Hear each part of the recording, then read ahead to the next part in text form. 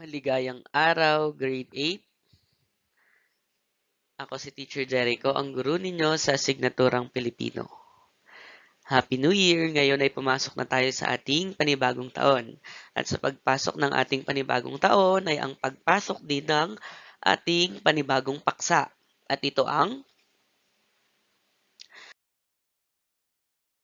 pagsusuri sa paksa, layon at tono ng isang akda.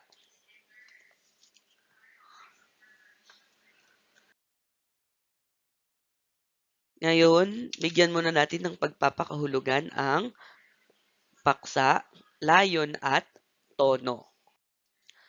Unahin na natin kung ano ang paksa. Ang paksa ng isang teksto ay ang pangunahing kaisipan na pinagbabatayan nito. Ito ang tumutukoy kung tungkol saan ang teksto. Ito rin ang batayan ng pangunahing kaisipan at mga suportang detalyeng lalamanin ng akda.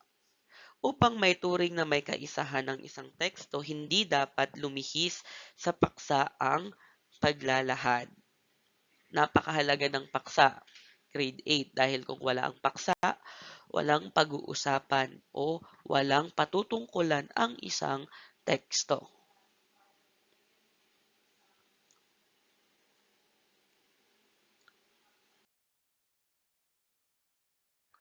Sunod naman ay ang layon.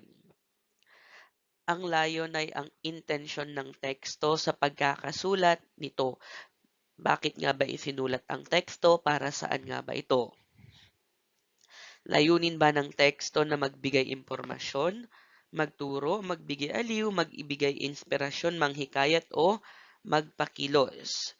Maaaring magkaroon ng isa o higit pang layunin ang isang teksto at nasa pagsusuri ng mambabasa kung makukuha niya ang mensaheng nais iparating ng akda.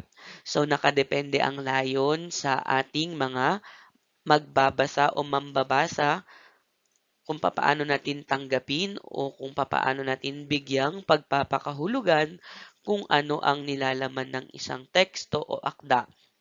Magagamit ba natin ito sa ating pang-araw-araw na buhay? Ano ba yung maidudulot o maitutulong nito sa atin bilang isang tao at bilang isang mamamayan?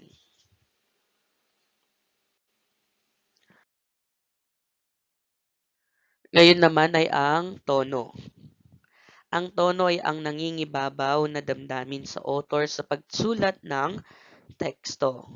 Maaari itong maging masaya, masigla, puno ng pag-asa, malungkot, nanghihikayat, nagtatampo, galit, nangungutya, nang-iinis, nagpapatawa, magaan, seryoso, akademiko at iba pa.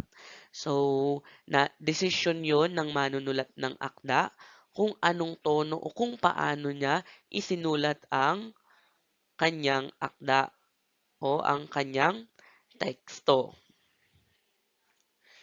Iba, grade 8, iba ang tono sa damdamin. Dahil ang tono ay nakatuon sa namamayaning damdamin ng author sa kanyang teksto, samantalang ang damdamin naman ay ang nabuong pakiramdam sa mambabasa sa pagbasa ng teksto. Magkaiba ang tono ay mula sa manunulat at ang damdamin grade 8 ay yung naramdaman mo sa pagbabasa ng teksto. Okay? Halimbawa, ang National Historical Commission of the Philippines o NHCP ang ahensya ng pamahalaan na nagtatakda ng mga alituntuning gumagabay sa pagpapangalan o pagpapalit ng pangalan ng mga pampublikong lansangan. Ayon sa NHCP, ang maaari lamang magpangalan sa isang kalye ay ang Pangulo ng Pilipinas sa pamamagitan ng isang proklamasyon, ang Kongreso sa pamamagitan ng pagpapasa ng batas, o ang mga sangguniang panlungsod o panlalawigan sa pakikipag-ugnayan sa NHCP. Para lamang ito sa mga kalyeng nasa kanilang teritoryo.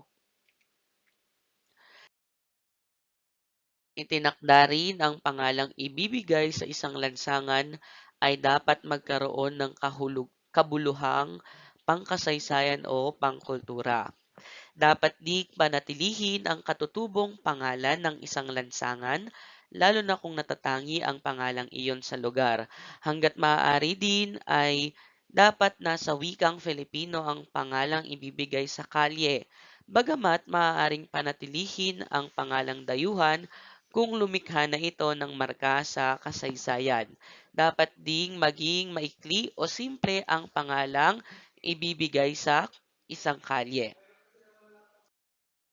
Ngayon ay ang paksa ng tekstong ating binasa ay ang pagpapangalan ng mga kalye sa Pilipinas. Dito patungkol ang tekstong binasa natin tungkol sa pagpapangalan ng mga kalye dito sa ating bansa, sa bansang Pilipinas.